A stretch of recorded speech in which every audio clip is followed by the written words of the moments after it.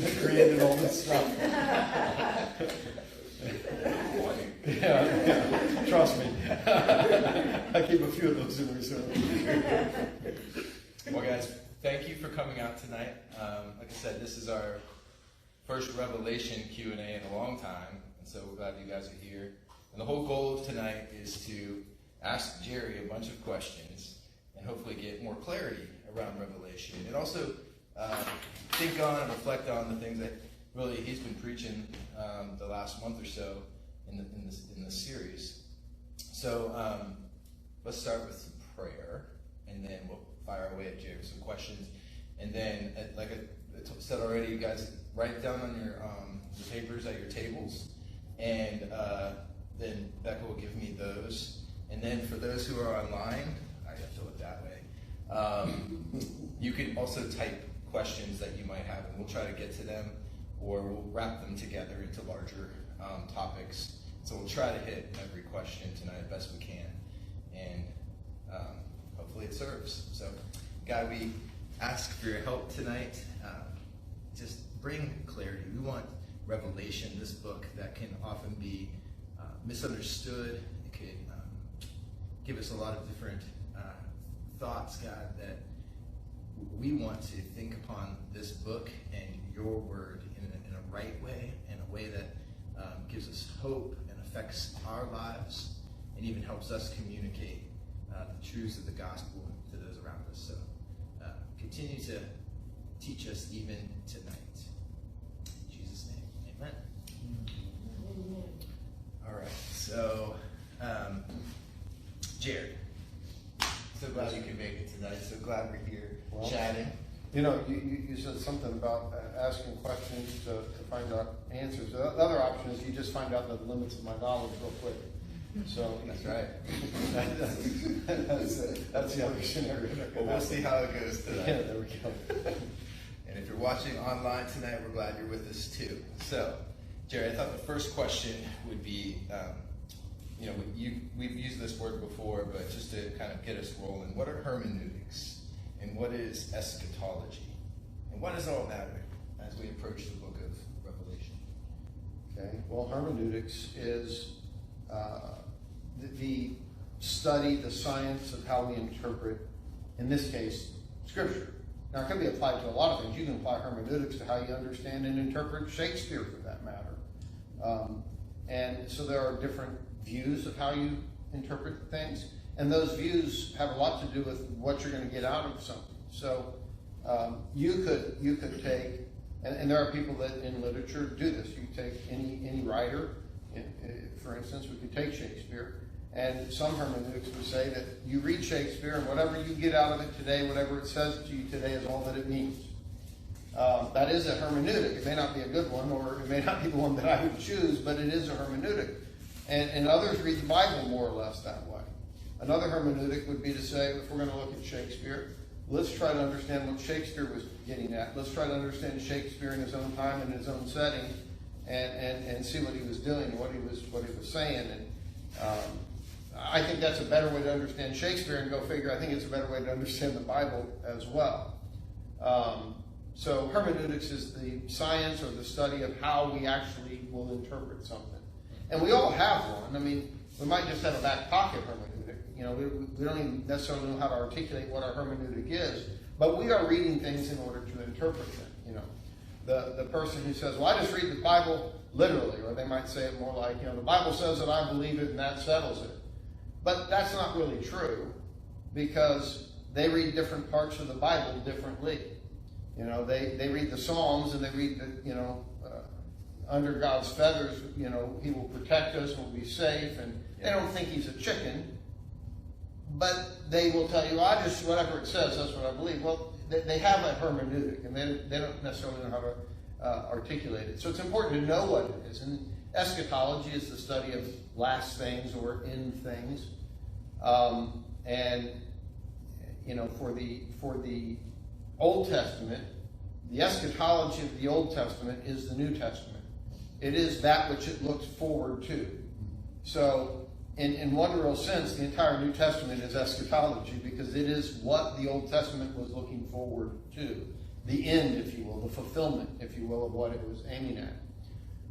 We have an eschatology as believers, which has to do with what do we believe about the last days, what are those last days, how does this all end, and those kinds of things. So that's what eschatology would be.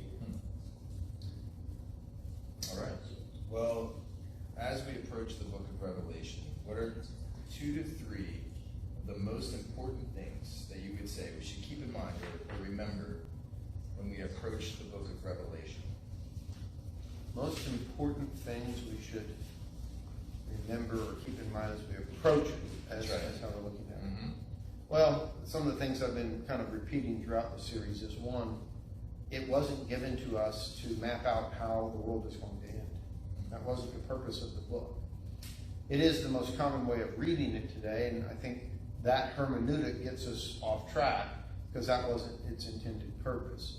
I think its intended purpose, if we look at it in context, it was written to 7 specific churches in Asia Minor, but they were obviously representative of the church, specifically in Asia Minor, because the church in Asia Minor had its own set of unique circumstances, its own temptations, its own issues with the empire that it had to deal with.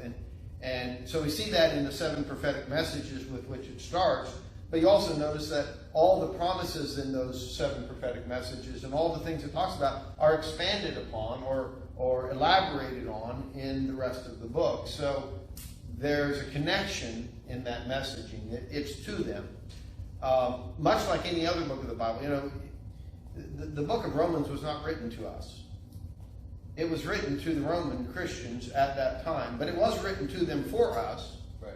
And it's important to make that distinction because I don't know the people that, for instance, in the 16th chapter of Romans that it addresses, it says they send you their greetings or, something like that. It's like, well, who are they? Well, that doesn't, but it meant something to the Roman church that it doesn't mean to me. And so it's same with the book of Revelation. It was written to them, but it's also written for us.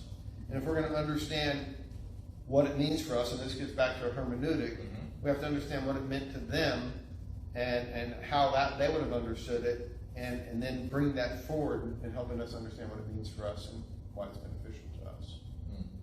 Excellent. Anything else you would add? Important things to remember? Oh yeah, important things to remember. As we approach the book. As we approach the book. One, so when I do what I just described, I think that what I can gain from the book is for those Christians, they were battling this issue of allegiance. Is it going to be solely to Jesus Christ as our King, or is it going to be the Emperor and the things that he calls us to do that are contrary to Jesus Christ? At some point, allegiance comes to a breaking point. You're going to have to go with one or the other. You can't have both. And they had to answer that question that they would keep their allegiance with Jesus Christ. And I think today we have similar things in our own lives where we have to remain faithful to Jesus while the culture around us, the empire, the businesses we're in, and for them, empire controlled economics as well as so many other aspects of their lives. Today, it's not just governments, it's not just political systems, it's economic systems that control our lives. It's corporations. If you don't think corporations can be the beast, read the Radium Girls, the story of the women that were hired by the Radium Dial Corporation, I think was the name of it, that just poisoned these women and many others. I mean, knowingly, doing this knowingly for the sake of profit. And that's just one example. You could find myriad examples of the same kind of thing. So the beast can morph itself into various economic entities and systems as well as political systems and so forth. And it ebbs and flows. Nero didn't always look, Rome didn't always look like Nero. But he dies, but then Domitian is there at the time of the writing of Revelation, and it seems to have come back alive again, and there's this ebb and flow in human history of the beast as he comes and goes. And so it does apply to us, and it is a call for us to live separate lives and not live our lives in obedience to the beast, if you will. And so we have to recognize that, and that's crucial. Okay, good. That's a good starting point. Kind of we're working on how to approach the book, but now let's talk about maybe some common misconceptions and sort of a storyline that we are used to approaching Revelation with. So, when you went over chapter 4, you didn't speak of the rapture. Most of the time when we go into the book of Revelation, the rapture is a key element that people have in the back of their heads at least. Mm-hmm. So why is that? Why did you not speak of the rapture? The short answer is because it isn't there. I mean, if you don't go to chapter 4 with rapture in your head, there's no possible way you would ever come out of chapter 4 with rapture. The only way you can get it there is to bring it into the text with you. I did have one of the fellows in our community group, he came to me one night and he said, so I went home and I was looking at chapter 4, and he goes online to various commentaries. He said, I looked at 3 commentaries, and all 3 of them mentioned the rapture in relation to this comment at the beginning of chapter 4, where John is told, come up here. And he said, so why didn't you bring up the rapture? It's a good question, so let's talk about that. And so that just shows the level of popularity that idea has held. And of course, it's been popularized not only in teachings, but in series like the Left Behind series and further back, the late great Planet Earth type of thing. And so the idea is, well, in the rapture, you have a last trumpet, and people are caught up in the air. And so John, hears a voice like a trumpet that's speaking to him, and he hears these words, come up here, and so he goes up there in this vision. So that must be the same thing. The problem with that logic, well, there's so many problems, I can't even begin. But just even at a base level, the words come up here, and that type of experience, and a door being opened in heaven, that is some of the most common apocalyptic language in all sorts of apocalyptic texts. And it's just about somebody going from one realm to another realm. John's going from the Isle of Patmos, if you will, to the heavenly realm. He's going to see things from a different location. And that's very common in apocalyptic literature. And trumpets are all over the book of Revelation. We can't assume that every one of them is the rapture. That would be absurd. And so there's trumpets all over the Bible. We certainly can't assume that. But which ones do we then associate with what and why?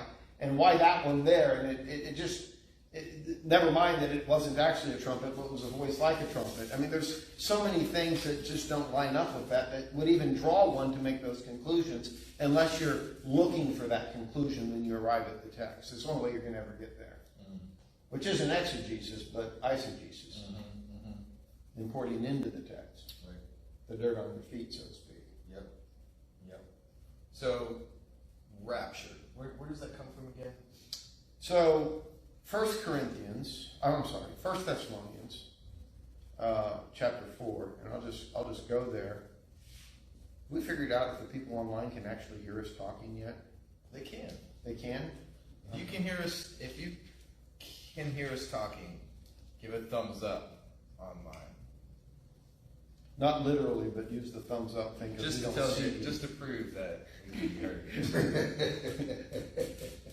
Okay, so 1 Thessalonians 4. This is the rapture text that people refer to, and I want to walk through it briefly because I think it's important to understand where it comes from, and then what they're saying. And so, but we do not want you to be uninformed, brothers.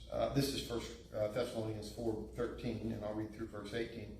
But we do not want you to be uninformed, brothers, about those who are asleep, which was a euphemism for they died. Okay, that you may not grieve as others do who have no hope. For since we believe that Jesus died and rose again, even so through Jesus God will bring with him those who have fallen asleep. For this we declare to you by a word from the Lord, that we who are alive, who are left until the coming of the Lord, will not precede those who have fallen asleep. Now let me just pause and make a note. He's talking about the coming of the Lord, not the going of the church. people assume he's talking about the leaving of the church. But that's never mentioned in the Bible. He's talking about the coming of the Lord. Those are two very different concepts. The coming of the Lord is when he comes back, not when we go there. And so we start with a very strong misconception, but we read coming to the Lord, and what do we read? We meaning broadly in our culture. We read, oh, we're going to be with Jesus. Well, that's not what coming means. You know, this is a very different concept. And so for we who are alive and who are left until the coming of the Lord will not precede those who have fallen asleep. For the Lord himself will descend from heaven with a cry of command, with the voice of an archangel, and with the sound of the trumpet of God.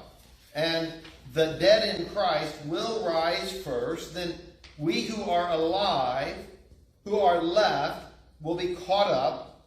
Now, in the Latin Vulgate Bible, the Latin word there is raptismo. Okay? That's where the word rapture, our English rapture comes from the Latin raptismo. And so that's how they get that. And of course it was written in Greek and it didn't have that, but it's a perfectly fine word. Caught up, raptured, however you want to do it, but it doesn't mean all that we've now associated with the word rapture. It just means caught up. We who are alive and are left will be caught up together with them in the clouds to meet the Lord. And if you've got your Bible open, circle the word meet in the air, so that we will always be with the Lord. Therefore, encourage one another with these words. Now, that word meet, that's translated meet in our English Bibles, is a technical term used 3 times in the New Testament. It was a word that would have been used if a great general was coming to town. The citizens of the city that were wealthy and well-to-do, the high-ranking citizens, would meet the general as he was coming into town. They would go maybe a couple of miles out of town, meet him, and then escort him in. Or if one of the emperors was coming to the area, the same kind of thing. Or one of the more localized kings was coming to the area, the same kind of thing. It was a privilege to meet these people and escort them in. It was a very celebratory parade kind of thing, if you will. You also have the word used in the parable of the 10 virgins. So this is one of the uses here. The other one's a parable of one of the others is a parable of the 10 virgins, where the virgins go out to meet the bridegroom. Now, I think we all understand that the virgins, today we call them bridesmaids, okay? And they accompany the bride to do various things. Well, in their culture, if the bridegroom's coming from another place because he's betrothed to this bride and is going to come back and marry her, the wedding feast is going on. Well, when he's coming, they go out to meet him and escort him into where the bride is. You wouldn't expect them to go out and meet him and run away with him. That would be scandalous at a minimum. Right. And so they meet him, but the idea, again, is to escort him into the celebration. Yeah. And Paul, when he was going to Rome, and this is just a beautiful picture. This is in Acts chapter 28. When, we all know the big long journey it finally takes him, boat, shipwreck, on an island, snake bit, all of that. He finally arrives in Italy and he's about to get to Rome as a what? A prisoner. And the believers in Rome come down to the 3 taverns, where better to me, right? And they come down to the 3 taverns and they meet him and they escort him into Rome as if he's some kind of dignitary. And the spiritual picture there, here he is a prisoner, yet in the heavenly mind, they use this language of them meeting him, using this escorted dignitary kind of language because he's actually the one in charge. And you just see, it's just subtle kind of thing. Well, we're going to meet the Lord in the air. Why? Because he's coming. Right. And we're going to escort him in. He's returning. It's the return of the Lord. And so he's going to rule and reign, and so we're going to meet him and escort him in. But those who have preceded us will not be left out of the celebration. Their concern will be, well, they've died, they're going to miss the party. Yeah. No, they're not. They're not missing the party. They're going to be able to join you in that celebration and escort the king back in to rule and reign. That's cool. Yeah. So that's what that verse is actually about, but that is the verse where this rapture word comes from, and where people talk about that. So is that similar to where it says, you need to be ready, be ready, be ready. So be ready to welcome him in, to escort him in some sense? In some sense, yes, and in another sense, because when he comes in, we know from his parables, when he returns, he's going to evaluate if we've been living under his kingship or not, or if we've doubted that he actually is the king.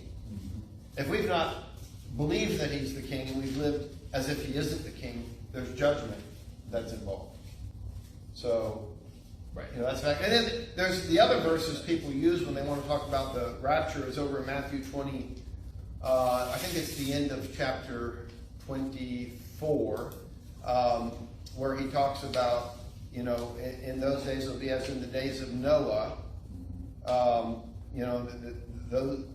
The people were warned, Noah, they go in the ship, but the flood came and took them all away. And then it talks about how there'll be, two in the field, one will be taken and the other left, and so on and so forth. But if you look at that in context, it's rather clear that the people taken are not taken to heaven, they're taken to judgment. So if that's the rapture, we do want to be left behind. That would be the goal, would be to be left behind. I mean, the people that were swept away by the flood were swept away into death. And that's the comparison that's given. And so when you read those verses in context, it's talking about judgment. And those who are left are the ones left to live. And so it's kind of an odd thing that we would use those verses without even really paying any attention to what they're saying. And use them for the rapture. So that's good, Jerry. All right. Matthew 24. That's right at the end of that chapter. It's the last section before you get to 25. And the parable of the 10 virgins. So it's right before those. That's good. All right. So that's the start, right? Rapture's very common. And by the way, I keep getting some questions, so I'm looking at these guys, and I'll see where we can put these in and try to bring some clarity on these. But let's talk about the tribulation. That's another common theme, and people often wonder. So you've mentioned how in other parts of the world there's persecution, and it seems as if they're going through tribulation right now. Right. How does Revelation bring comfort? Actually, more so, tell us about the tribulation now and how we should consider it in light of Revelation. Let's start there. There's so much here that could be covered. I'm trying to be wise here, what I can cover in the amount of time we have, and so forth. But I think it helps to deal with some assumptions that I think get in our way. Because sometimes we have a lot of the questions that people are going to have, and I understand this because I was once in that place. The questions we have are based on things we've been told. And so we have all these things, well, what about this, what about this, what about this? And in a lot of ways, the easy way would be to say, well, none of those exist. Get rid of them and start fresh. They do exist, and it's just that they don't exist the way that we've been told they exist. So we have to kind of address them. First off, one of the assumptions that's often said is, well, there's going to be a 7-year great tribulation at the end of time. And if I ask the question, okay, can you show me where that is in the Bible? Very few can actually show you. And I know where it's gotten in the Bible, but I also know that it clearly does not say that. And so it's like, we have to start with the assumption that doesn't in and of itself exist in Scripture. The phrase, the Great Tribulation, is used twice in the Bible in the New Testament. The first is Matthew 24. And so let's just take a moment and go there. I'm not going to go too far in depth because I did cover these in a 2-part message inside of our Matthew series a number of years ago called When Shall These Things Happen? I think is the title of those two, part 1 and part 2. And so you can go on our website and listen to those. But let me just touch on those, or on that issue specifically, because I think it's relevant enough that we need to address it. In Matthew 24, this is the Olivet prophecy. You find it in Matthew 24, you find it in Mark 13, and you find it in Luke 21. Okay. In Matthew 24, it reads this way. Jesus left the temple and was going away when his disciples came to point out to him the buildings of the temple. But he answered them, "You see all these? Do you not? Truly I say to you, and I'm reading the ESV right now. Truly I say to you, there will not be left here one stone upon another that will not be thrown down. Okay? So he's pointing at Herod's temple. And they point out this magnificent temple, which the Jewish lore of the time was that that temple was indestructible. And if you saw how it was constructed, you believe it was indestructible. So Jesus says, you see it? There's going to be a time when not one stone is left upon another. That's probably a tad of hyperbole, because technically there probably was a stone left upon another, but his point is it's going to be utterly demolished. Okay? Now, if we know anything about history, we know when that happened. That's already happened. That happened in 70 AD when the Roman army surrounded Jerusalem, 66 and a half, and then, they came back and eventually destroyed the city and destroyed the temple. But so as he sat on the Mount of Olives, the disciples came to him privately saying, tell us, when will these things be, and what will be the sign of your coming and of the end of the age? Now, Mark and Luke only record the first part of that question. When is this going to happen? When will these things be? They also only give the answer to that first part of the question. Matthew gives a much longer answer, and he gives a longer question, and he answers the latter question as well as the first. Part of why I think that is, for one, is in their minds, when they ask, when will these things be? In other words, when's the temple going to be destroyed? What is the sign of your coming? What is the end of the age? In their mind, that all had to be the same time, because there's no way this temple is getting destroyed unless the world's coming to an end. I mean, that was to them one question. Right. But Matthew takes that whole thing and breaks it into parts and gives answers to all of it, which is quite different. The first thing he does in Matthew's gospel is Jesus says, see that no one leads you astray. And of course, anytime you see we're warned not to be led astray, that's one of the most common areas we get led astray in. It goes to figure. For many will come in my name, saying, I am the Christ, and they will lead many astray. And you'll hear of wars and rumors of wars. See to it that you're not alarmed, for this must take place. But the end is not yet. It's one of the most puzzling things to me is that you frequently hear Christians running around saying that, yeah, we've got wars and rumors of wars. We know Jesus is returning. And it's like, well, that's actually the opposite of what Jesus said. He said you'll hear wars and rumors of wars, and that means the end is not yet. It's perplexing to me why we can't just read what he said, It's right there. Now, why does he say the end is not yet? Well, let's read on. We'll see why that is. For this must take place, and the end is not yet. For nation will rise against nation, and kingdom against kingdom, and there will be famines and earthquakes in various places, and all these are but the beginning of the birth pains. And ask anyone who's had a baby, the beginning is certainly not the end of birth pains. Then they'll deliver you up to tribulation and put you to death, and you'll be hated by all nations for my name's sake. And many will fall away and betray one another and hate one another. And many false prophets will arise and lead many astray. And because lawlessness will be increased, the love of many will grow cold. But the one who endures to the end will be saved. And the gospel of the kingdom will be proclaimed throughout the whole world as a testimony to all nations. And then the end will come. So when you see the abomination of desolation spoken of by Daniel the prophet standing in the holy place. Now this is important, the reference to Daniel, which you'll see in a minute, because it helps us understand where this idea of the 7-year tribulation comes from. Okay. When you see the abomination of desolation standing where, spoken of by the prophet Daniel, standing in the holy place, let the reader understand, which tells you that you're going to have to do some interpreting here. Then let those who are in Judea flee to the mountain. Let the one who is on the housetop not go down to take what is in his house. And let the one who is in the field not turn back to take his coat. And alas, for women who are pregnant and for those who are nursing infants in those days, pray that your flight may not be in the winter or on the Sabbath, for then there will be great tribulation, such as has not been from the beginning of the world until now, no, and never will be. And if those days had not been cut short, no human being would be saved. But for the sake of the elect, those days will be cut short. Then if anyone says to you, look, here is the Christ, or there he is, do not believe it, for false Christs and false prophets will arise and perform great signs and wonders so as to lead astray, if possible, even the elect. So I've told you beforehand, so if they say to you, look, he's in the wilderness, do not go out. Look, he's in the inner rooms, do not believe it. For as the lightning comes from the east and shines as far as the west, so will be the coming of the Son of Man. Wherever the corpse is, there the vultures will gather. Immediately after the tribulation of those days, the sun will be darkened, the moon will not give its light, and the stars will fall from heaven, and the powers of the heavens will be shaken.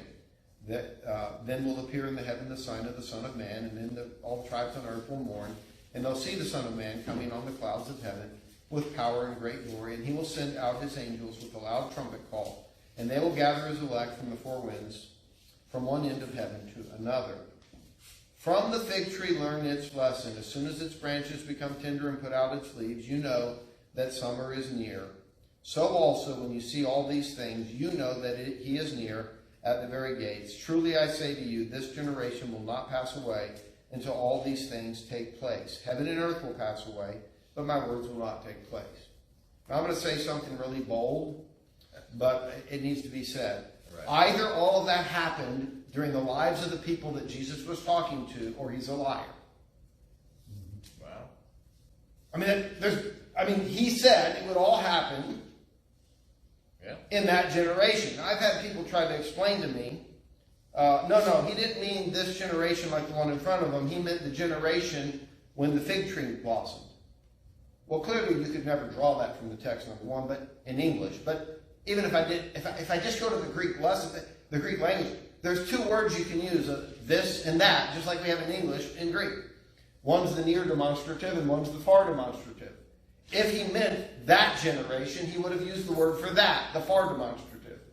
But he used the near demonstrative, which is to say the one right in front of him. This one. Yeah. Not that one. And so there's no mistaking it in the Greek text any more than there is in the English. It's not like you need to be a Greek scholar to figure that out. Right. He was talking about that generation. So then we have to ask her, which makes sense, because when he said that then would be great tribulation that has not been since the beginning of the world, nor will not be thereafter, will never be, that implies that it's not the end of the world, that there's going to be some time thereafter in which that sort of tribulation will occur.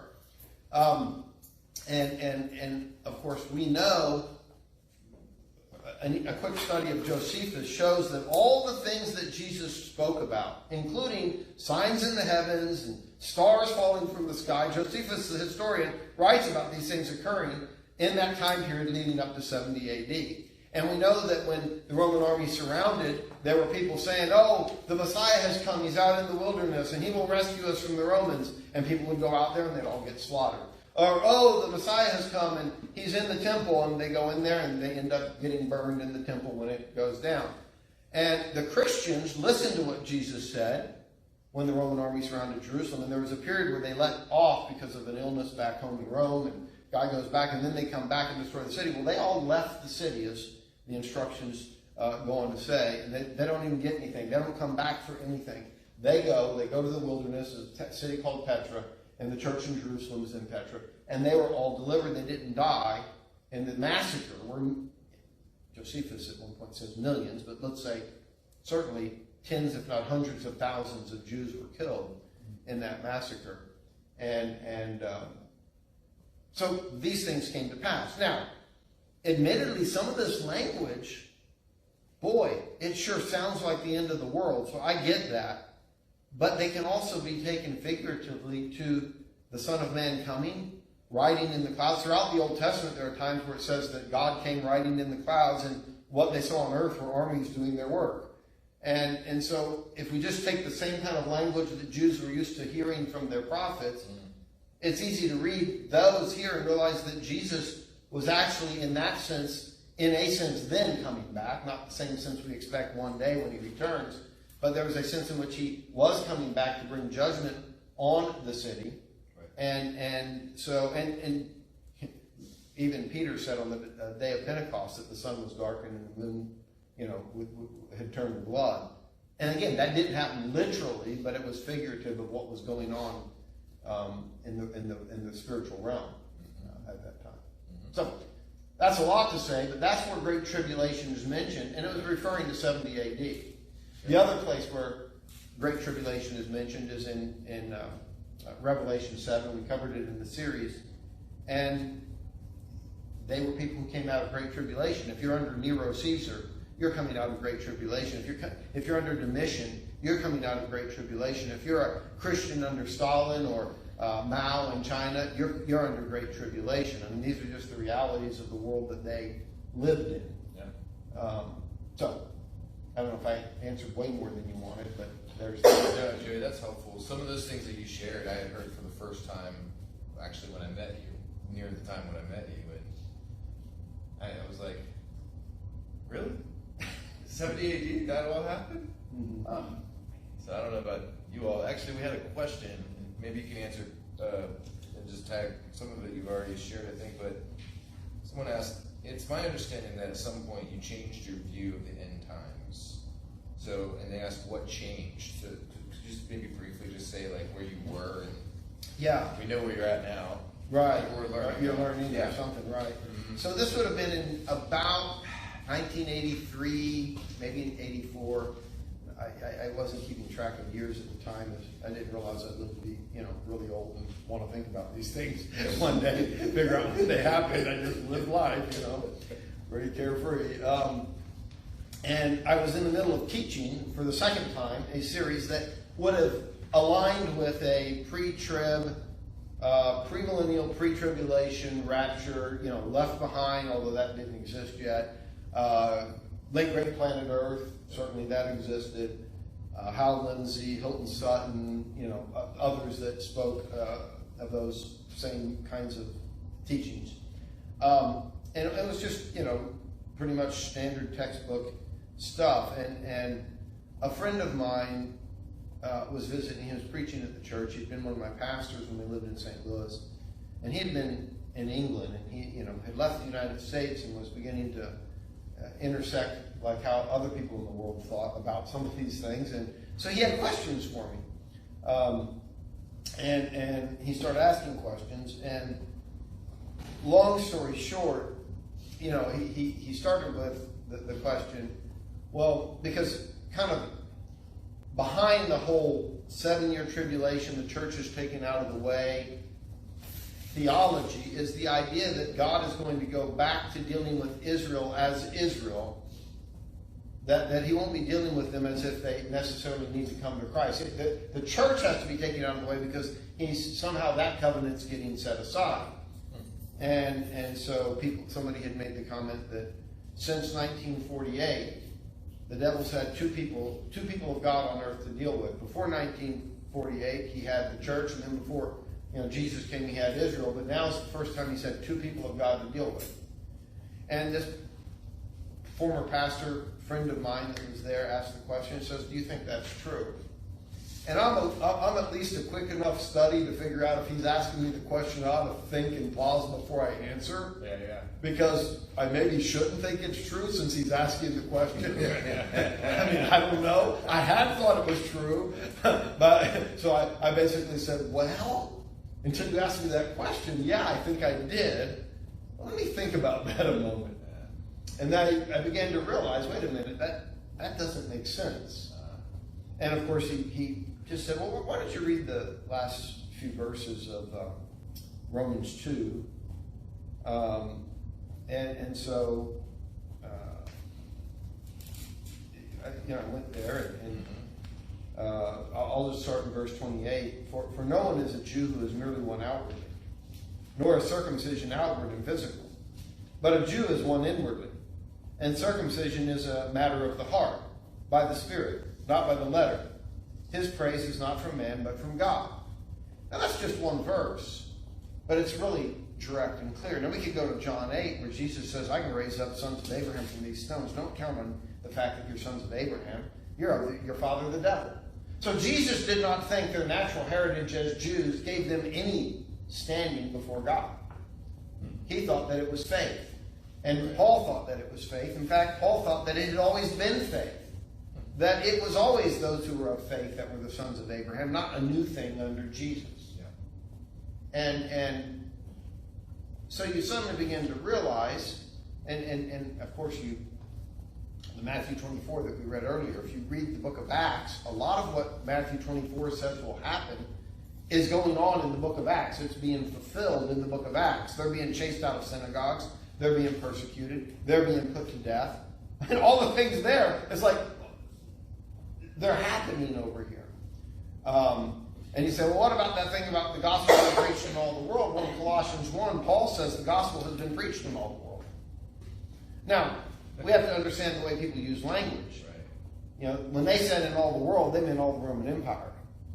Because they didn't think anything else really mattered, or you know. And in Luke chapter 2, that in the days of Caesar, there was a census being taken.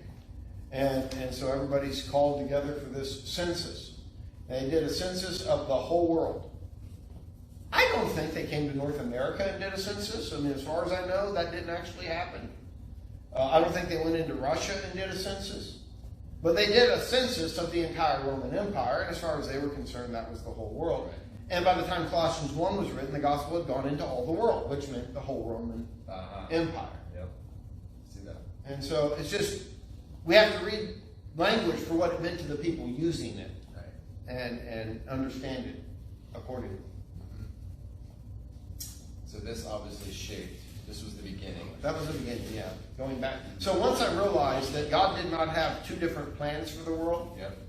He had one plan that culminated with the old covenant being fulfilled in the new covenant, that the old, Hebrews chapter 8, is passing away and the new remains. You know, it becomes obsolete, according to Hebrews chapter 8. Yeah. That erased a lot of possibilities for eschatology. That if I hold on to that truth, it changes a whole lot of what is possible. Because no longer is it possible that, for instance, God's going to have a temple rebuilt where sacrifices are going to be reinstituted. That would be blasphemous if He did. So why would He do that? And He would be trampling underfoot the crucifixion of His own Son. So that makes no sense. And then you start asking questions like, where do people get this idea? And you start realizing that there's not a real foundation for the idea to begin with. Ezekiel's temple certainly can't be built physically. Just go read Ezekiel, you realize that's not possible. And in Revelation, yes, it talks about the temple, but it's not talking about some futuristic rebuilt temple. It's talking about the one in heaven, and that's made plain throughout the book. So this idea that we were waiting for some temple to be rebuilt, I was talking to a relative, I'll just leave it at that, this week.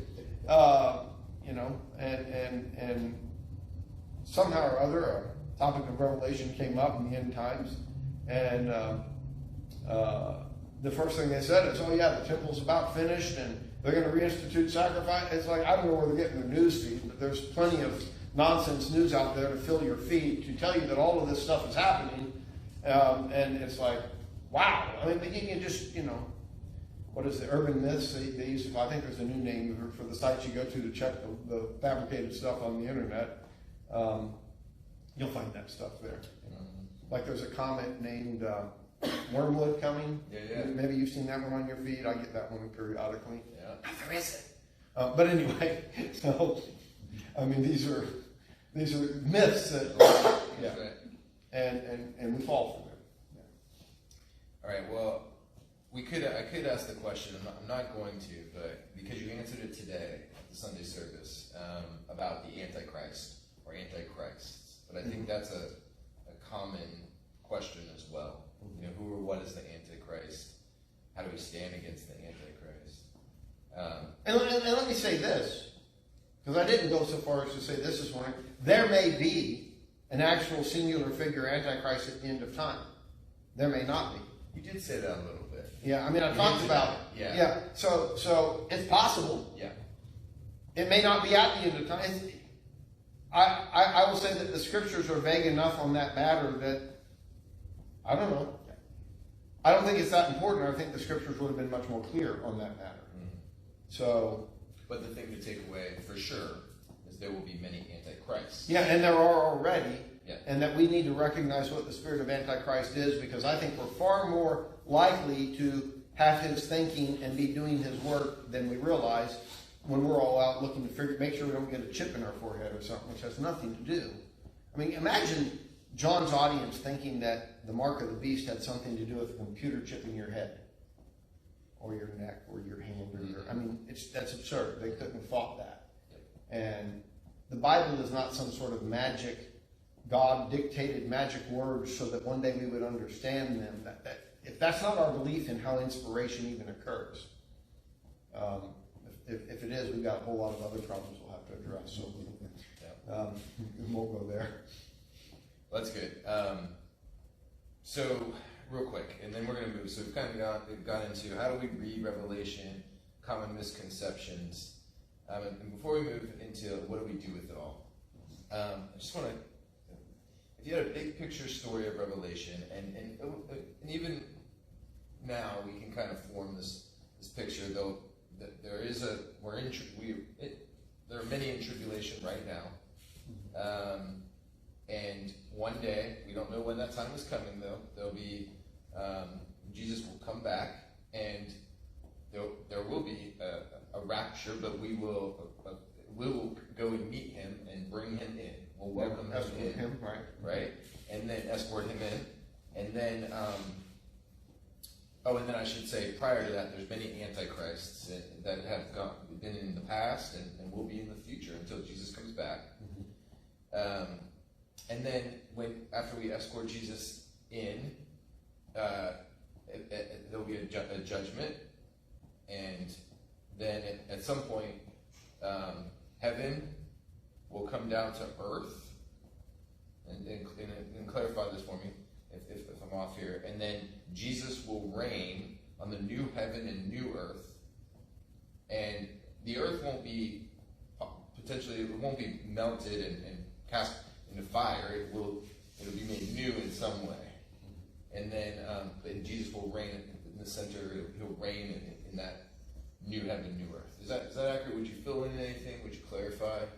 Yeah, probably say plenty to clarify, because I can hear the time bomb or the bombs going off in people's heads as you speak. So let me read a text, okay, and then we'll go from there.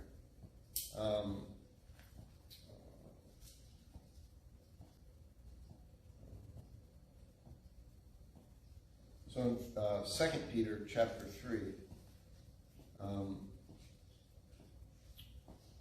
we read this, verse 10. But the day of the Lord will come like a thief, and then the heavens will pass away with a roar, and the heavenly bodies will be burned up and dissolved, and the earth and the works that are done on it will be exposed. Since all these things are thus to be dissolved, what sort of people ought you to be? Live lives of holiness and godliness, waiting for and hastening the coming of the day of God, because of which the heavens will be set on fire and dissolved, and the heavenly bodies will melt as they burn. But according to his promise, we are waiting for new heavens and a new earth in which righteousness dwells. First off, we're waiting for new heavens and new earth in which righteousness dwells. Amen. And of course, prior to this, it talks about the flood of Noah, and how the earth was in water and out of water. But it's not a different earth. It's the same earth that we have now. There was a transformation, if you will. We're baptized in the Holy Spirit and fire, and that's a transforming work. So when we're talking about the heavens melting and so forth, there's language used of, and Hebrews references this language, but used in the Psalms of the heavens being rolled up like a scroll. But there it's used to speak of the new covenant coming.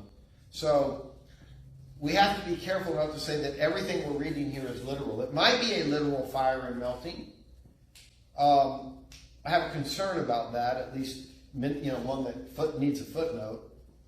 It might be that it's transformed as if by fire, that it's a spiritual baptism, if you will, that makes everything new when Christ returns. And here's the footnote on the one. I think part of the problem, a negative fallout of the idea that it's all going to burn with fire and we're getting something new, is you have a lot of Christians with the attitude that it doesn't really matter what we do with this world, it's all going to burn anyway. And the problem with that is that we're actually told to take care of it. In fact, we're told that God's going to punish those who don't, that those who destroy the planet, he's going to punish. And that's in Revelation. It was in our text last week. I think that anything that tends toward irresponsibility, anything that tends toward the idea that it doesn't really matter what's going to happen 300 years from now because it's all going to burn anyway, is a bad attitude. You know, the way the people of God lived for generations and generations before they kind of had this idea that it's all burning anyway and we're the last generation, was this idea that what we leave for our children is important. This idea, you know, Donna and I have a philosophy that when we go somewhere, we're staying somewhere. We're staying with a friend. We're staying at, you know, somebody gives us a place to use for them. We've got a place we can stay for free because I'm a pastor up in North Carolina and we take advantage of it. But our philosophy is always to leave a place better than we found it. So that when we leave, it's better than when we arrived. And I think that should be our attitude with the world we live in. Will this place be better because of our lives than when we got here? If we've consumed but not made something sustainable so that it can be here for the next generation, then we've just used it. We've left it worse off than when we got here. I want the planet to be better off, just like I would a home that I'm staying in. And so, you know, and when it comes to the kingdom of heaven, the thing we'll see when we get to Revelation 21 and is that the New Jerusalem is coming down out of heaven from God. But note the present active sense of that. It's coming down out of heaven. It's not just that it will one day come down out of heaven. You know, our prayer is, your will be done on earth as it is in heaven. So in answer to that prayer, it's already coming down out of heaven from God. And it will continue to come down out of heaven from God. And I think we'll see when we get to that part of Revelation that it isn't just talking about one day, it's going to burn, then it's all going to come down. Because if you even look at the text, you've got wicked people walking around outside of the gate. So it can't be after they've already been put in the lake of fire. And so you've got this problem with that because it's like, oops, here they are again. Right? But what are they doing? Well, the new heaven, the new Jerusalem is coming down out of heaven from God as we live in the kingdom of Christ.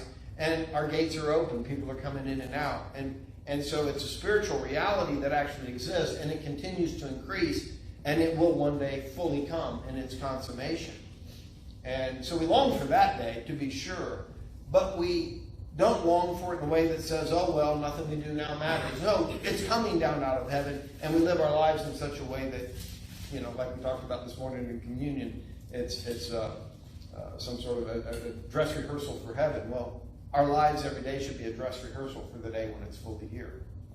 And so I think that's why it maybe matters more than anything, because the book of Revelation really speaks to how we live now. Not how we live one day after certain events happen, or what's going to happen to us. It's about how we live now.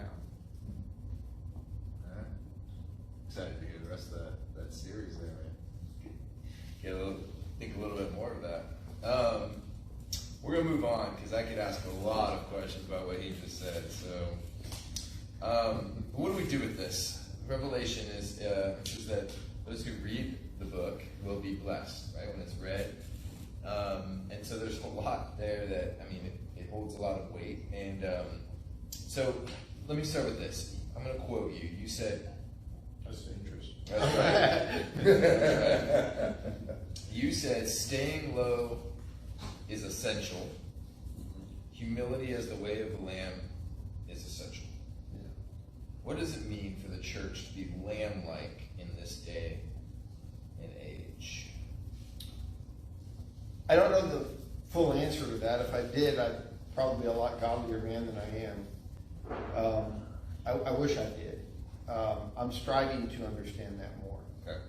But I will say this, that it concerns me that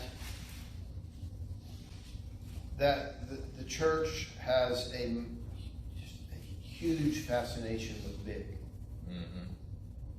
The church has a huge fascination with great. And Jesus came and talked about little and small and least. In fact, the kind of the tag name for disciples in Matthew's gospel is little ones. I don't know that we can achieve greatness by seeking greatness.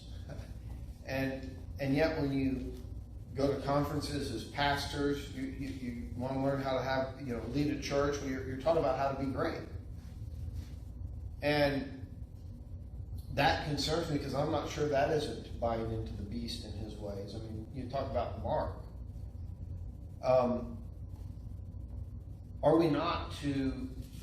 It isn't the way to greatness to seek to be the slave of all. That isn't some sort of motivational speech.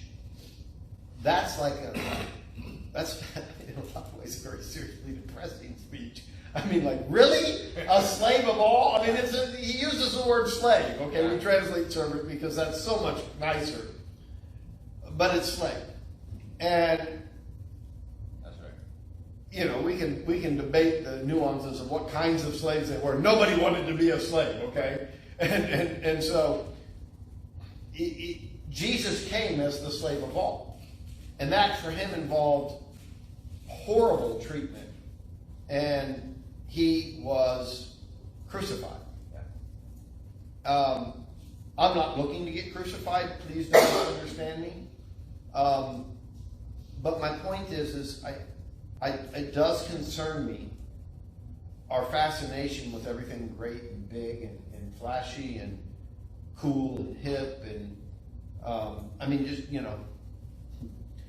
I think sometimes if we wanted to follow that trend, we should just rename our church to, hey, we are the hippest church. Whatever the other church's hip name is, we're one more hip than that. Because everybody's just trying to up the hipness of, it's just bizarre to me how we do this. It used to be that churches were named after saints, dead people. I'm not sure we should do that. I'm just saying that's a different mentality. People that have walked before us, that have showed us a way of righteousness. There's something to that. I'm saying that's what we should do. I'm just saying I think that's better than trying to come up with the coolest thing that we can do. So that's one aspect. I think in how we treat people, how we care for people.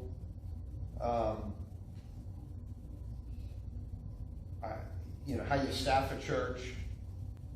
And you go after the greatest thing. Well, we've got somebody who can do a better job at that. We're going to can you and get this guy in because we can be a better church with. Well, I would think you can be a better church if you're faithful to the one you have. And you don't think that growing your church bigger because you got a better guy than the last guy is more important than loving and caring for the people and the people that are a part of that team. So I think those are real issues. But I haven't got them all sorted out. Okay. I like that. Now, let me push you on one other aspect I think that you were hitting on when you quoted this. Is that there's this distortion of Christian power in this day, and you've referenced that. How would you speak to that in light of even this quote, staying low is essential, humility is the way of the Lamb is essential? Well, a strange thing happened in 313 AD. It's called the Edict of Milan, put out by Constantine, which basically, it's often summarized as it made Christianity the state religion, which isn't technically true.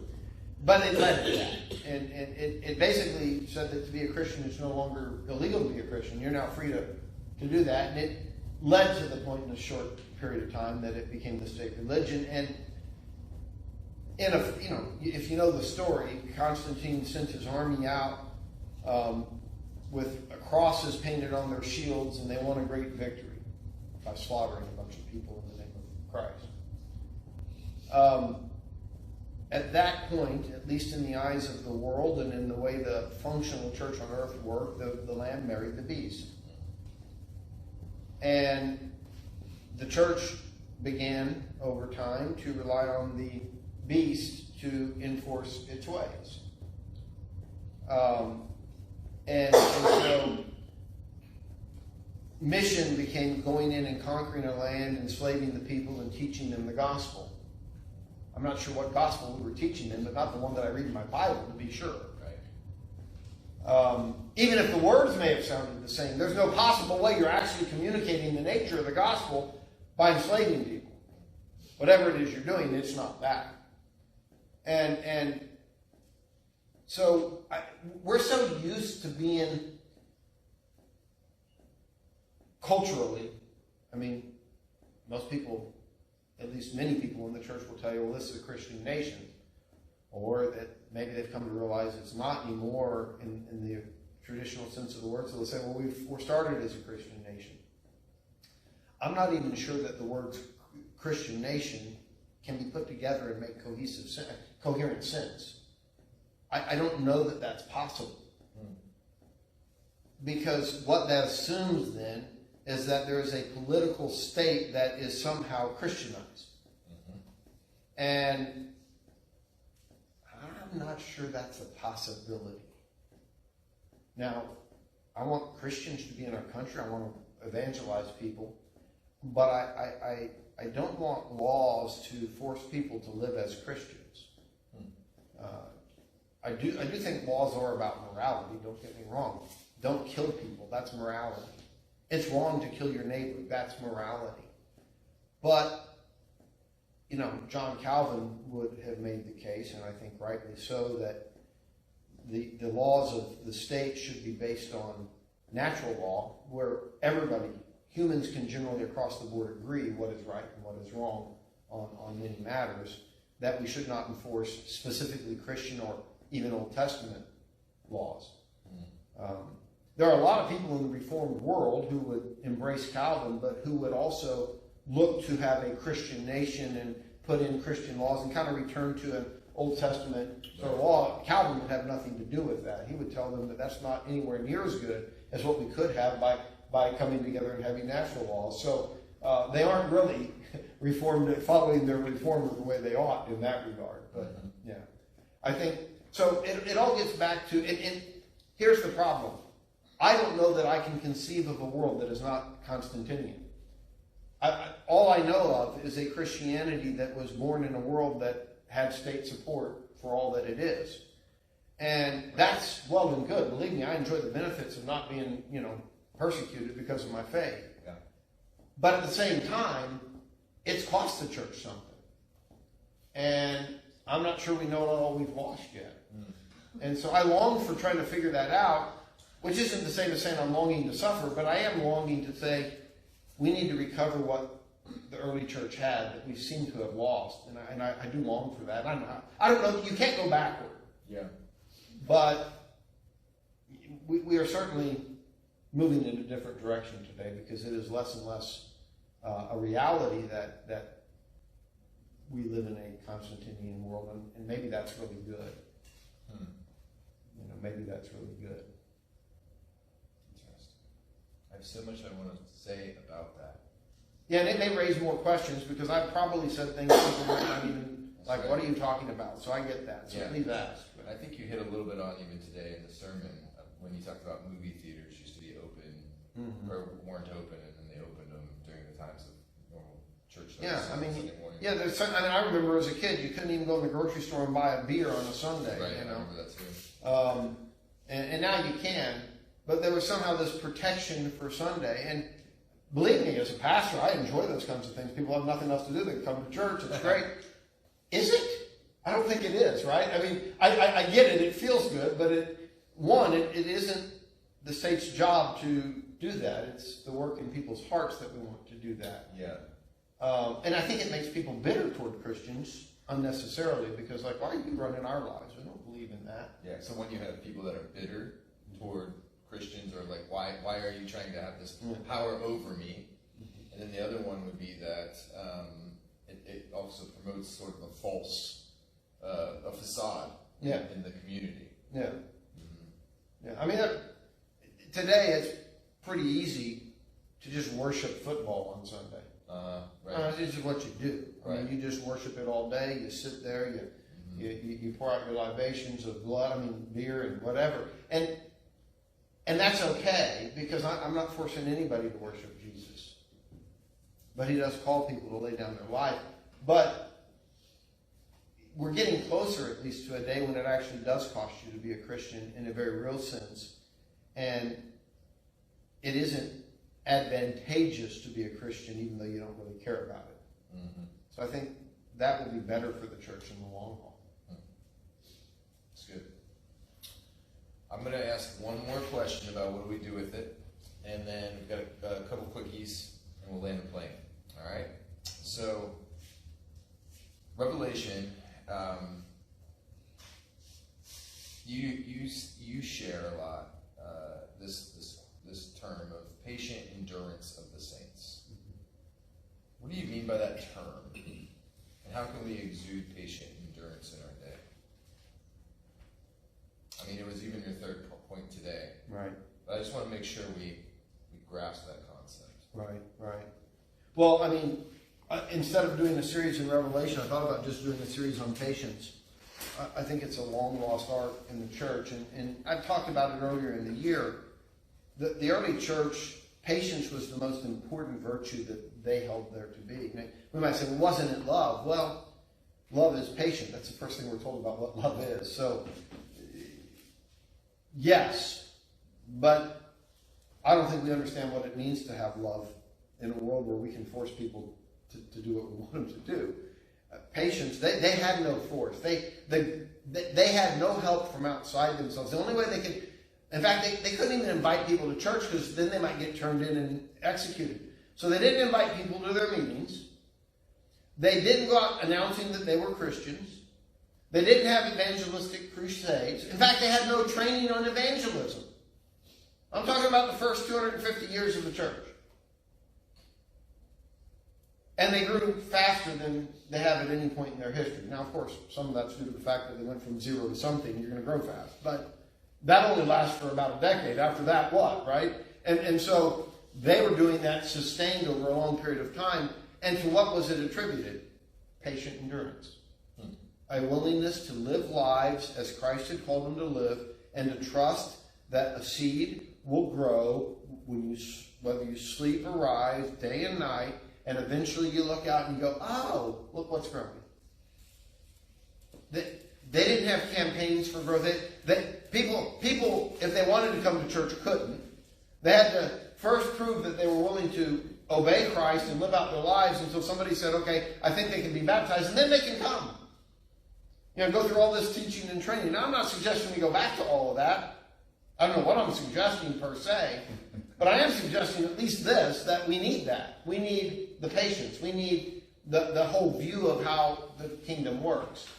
These days, if you want to plant a church, you get $100,000, well, probably it's up to $150,000 or $200,000 worth of funds you raise. Yeah. You do 50,000 mailers in saturated area. You get a big space. You spend a lot of money, and you have 250 people on your first Sunday. Mm-hmm. Very different. It's very different.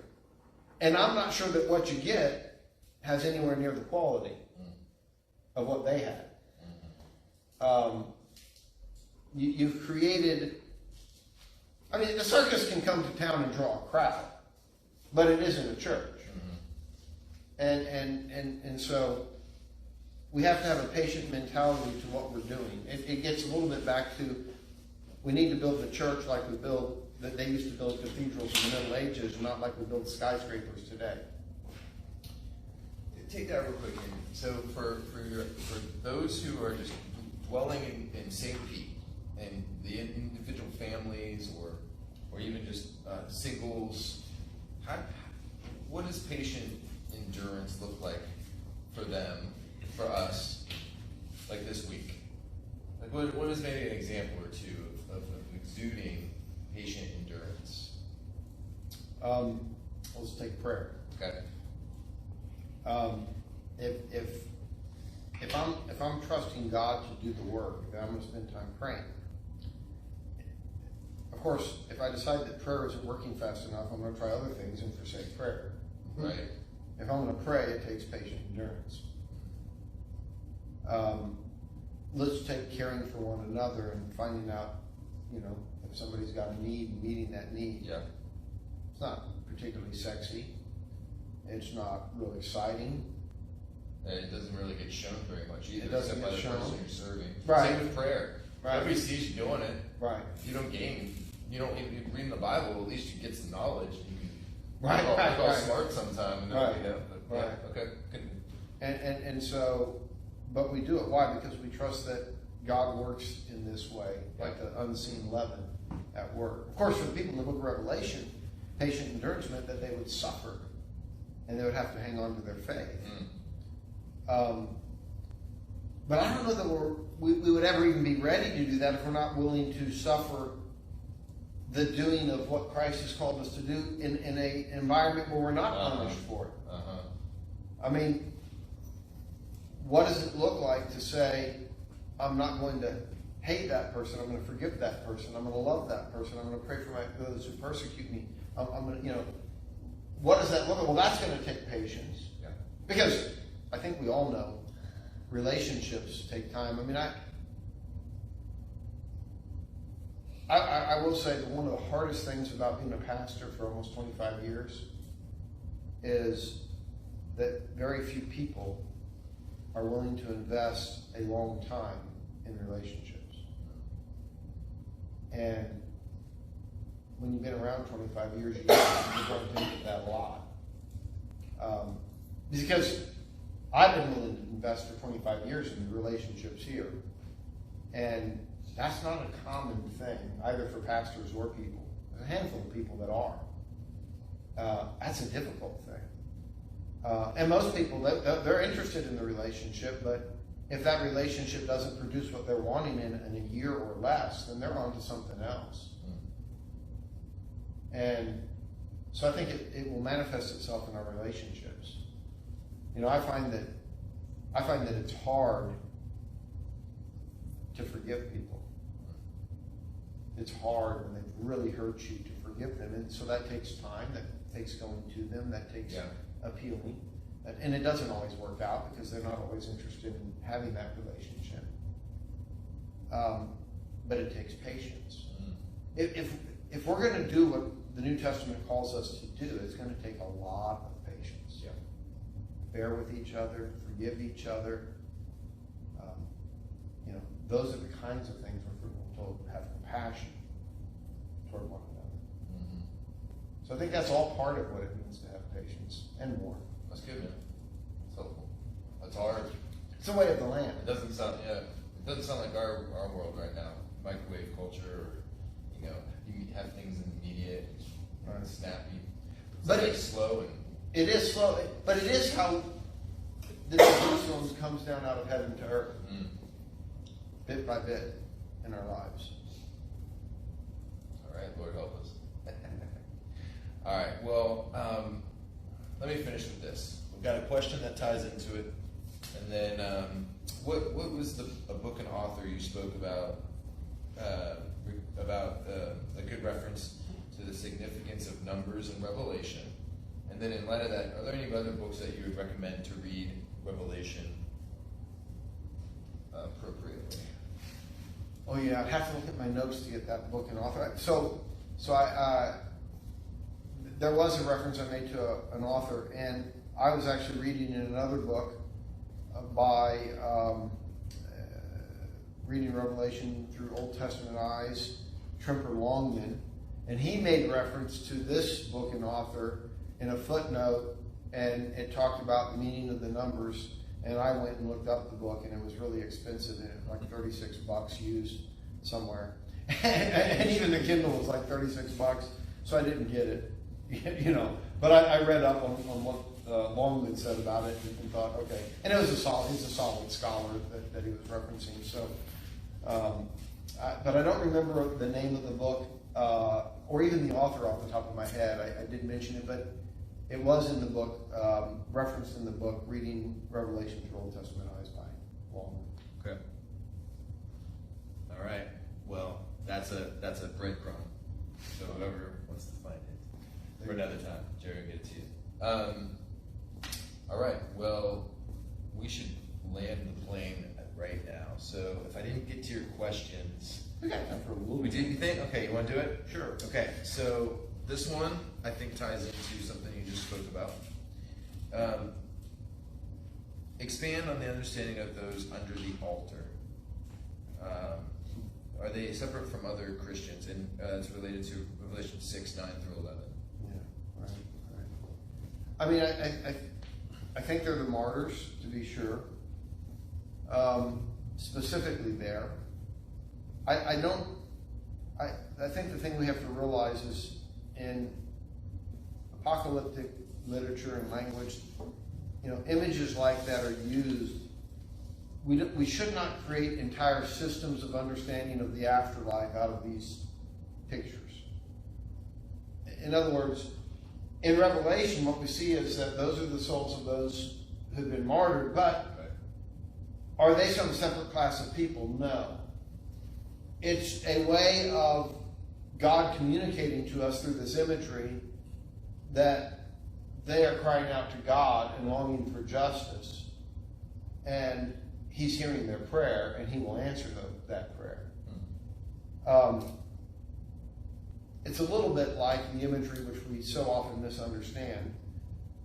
When Jesus, I think it was the Pharisees, I may get the scene wrong, but the Pharisees talking about silencing the people because they were praising Jesus. I think this was on the Palm Sunday event, but it might have been at another time. And they tell them to be quiet. And He says, if they don't praise me, the rocks will cry out. And most of the time people take that to mean that, if they don't praise me, the rocks will start praising me. Right. It could be, but not very likely. Because that phrase and that picture is throughout the Old Testament of the rocks crying out. In fact, it goes not to rocks, but to the ground crying out, all the way back to Genesis chapter 4, when Abel's blood cried out to God from the ground. What was it crying out? Guilt. And many times in the Old Testament, the rocks were called to stand witness against people. And they would testify to God at one point because they were there. Rocks don't change. I mean, we went to Utah after 35 years. And first thing I said when I got off the plane, the population's doubled, the freeways have changed. I said, nothing's changed. Because I looked up at the mountains and they were all the same. And that's like the rocks. They don't change. They're there to testify later. You can do what you want. They're going to be there. And so what Jesus meant is if they don't praise me, the rocks will cry out in judgment. And of course, one Bible teacher was suggesting that the sound waves went to planets and they're now coming back on asteroids and the rocks are crying out. Whoa! That's a true story. That actually is a good talk. Sound travels so well in space. Yeah. If it were true, it would actually be funny. It's sad in this case, but yeah. Hopefully that answers your question, and it's good. There's a lot here. So I have another question here. Regarding symbolism and revelation, does it grow faith or does it explain faith? And maybe if you're a little stuck on there, maybe you can even share a little bit of how you view the symbolism and revelation. So my simple answer to the question is yes, it grows faith and explains faith. I would say it does both. Yeah. It's because it's apocalyptic language. I think we have to understand that almost everything is symbolic in some sense. The numbers are symbolic. The figures are symbolic. Do I really think there's going to be a day when we have an actual angel standing with one leg on the water and one leg on the land? And I don't think so. Could it be? Sure. But I don't think that's the point. I think it's trying to help us understand what the world is really like, what God is like, what reality is like. But it can only use images we can comprehend. Mm-hmm. And so it has to come up with these fantastic sort of images like that we can then somehow grasp the magnitude that he's talking about. Because we wouldn't get it otherwise. Right. And so I think it helps my faith when I see that. But then when I look at the account of the 144,000, 12,000 from this tribe, John says, I heard the number. And he goes through what he hears, line by line by line. And then he says, I looked and I saw. And he sees this multitude that clearly describes the church. Jew and Gentile, people from every nation. And that helps, that explains my faith. Because then I realize what I believe in Christ, and that if anyone is Christ, he's Abraham's seed. It's actually true. It really gives me a visual to understand what Galatians is talking about, for instance. So it's both, and that's both a help and an explanation, Yep. All right, Jerry. let's finish on this one. This has been super helpful. I have a number of, I wish my first time moderating a thing like this, and I have so many other questions. Looks like no other comments came in, so I'll ask this to finish this out. Get about that time. What does gospel unity look like when believers have different eschatological views? How do we, some of the things that you've shared tonight could rub people the wrong way, could be misinterpreted. What do we do with this? In a way that would exude the example of the lamb, even. How do we walk in humility in this way? Right. Yeah.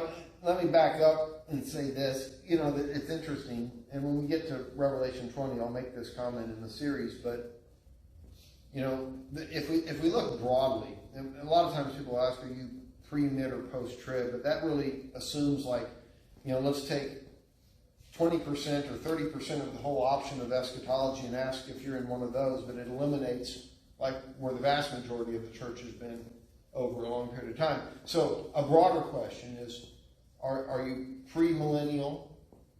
Now there's two versions of that, dispensational premillennial and historic premillennial. Are you amillennial? Are you postmillennial?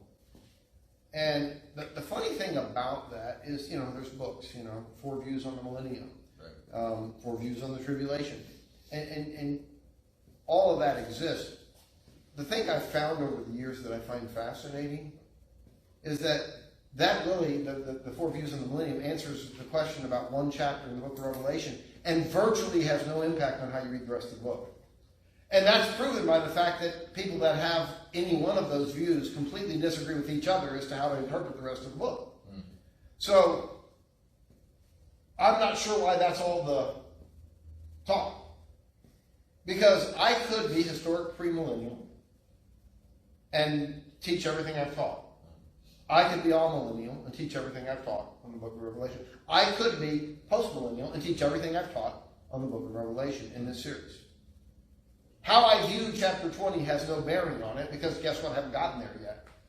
I'm taking it from the front to the end. And so when I get to chapter 20, I should let the rest of the book inform what I believe about that, not the other way around per se. And what I'm applying as we're going through the series is predominantly just basic hermeneutics that I would use in any book of Scripture. My resources aren't commentaries on the book of Revelation. I'm using the Longman commentary, just looking through Old Testament eyes, just to make sure I'm not missing Old Testament references. But by and large, I'm reading books about apocalyptic literature, about Roman civil, the civil worship of the Roman Empire,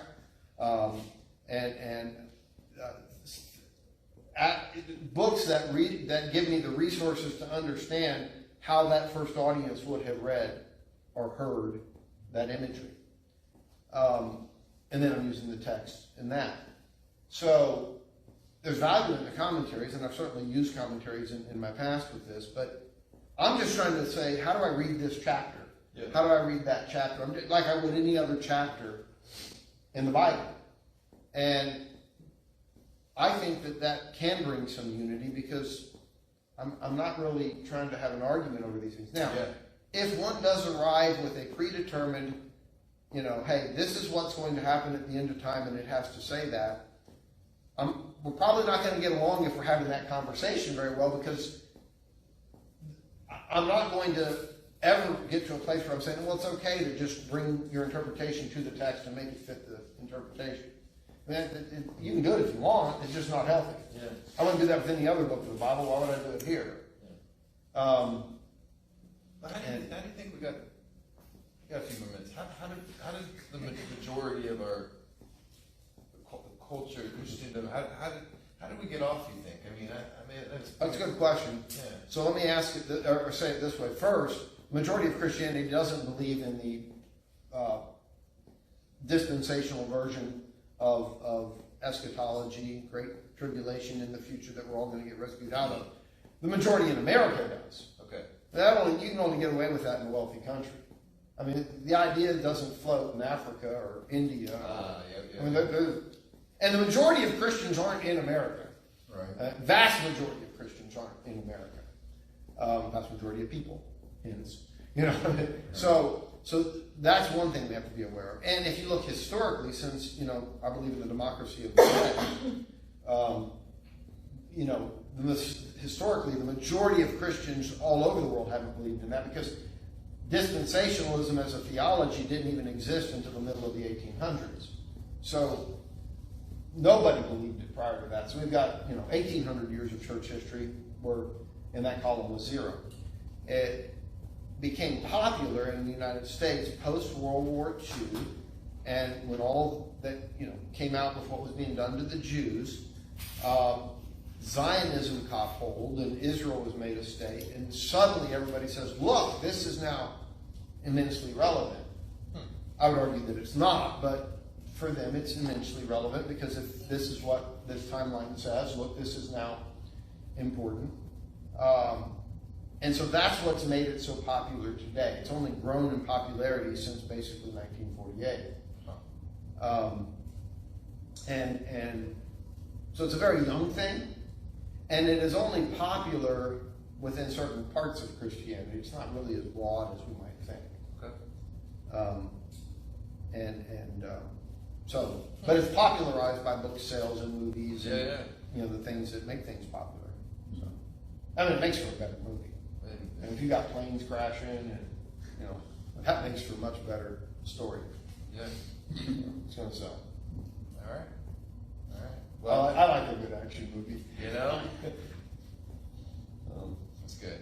Thanks, man. You said, I remember at one point you said everyone should check out the Bible Project regarding Revelation. Yes, that's right. At the beginning, they have a 2-part intro to Revelation. Outstanding. Highly recommended. Highly recommended. That's a good resource. We love the Bible Project. It's good stuff, good folks. Okay. Well, let us know what you guys thought of this, guys. This, like I said, we haven't done one of these for a long time. So, would you like to see it again? Give some feedback, after this, and let us know. And Jerry, thanks for bringing it faithfully, bringing the word. Thanks for serving and making this happen. Yeah. Because it wouldn't happen. At least not this one. Yeah. Well, guys, thanks for joining in. And if any other questions come up, you can always shoot. You got his email, and Jared@gcc.net. No, J.M. Caesar. J.M. Caesar. That's right. How many C's? That's why you haven't been getting my emails. That's right. Yeah. J.M. Caesar that's JMCISAR. That's true. Yes. At GCCC. Yeah, that's 3 C's, right? .net. That's right. You got it. That's right, bro. All right. Anyway, thanks, We guys. do have to work on that so it's easier to do. We do. Okay. Well, you guys have a good night. Thanks for coming. Appreciate it. Yep. Roasted. How's that food, Randy?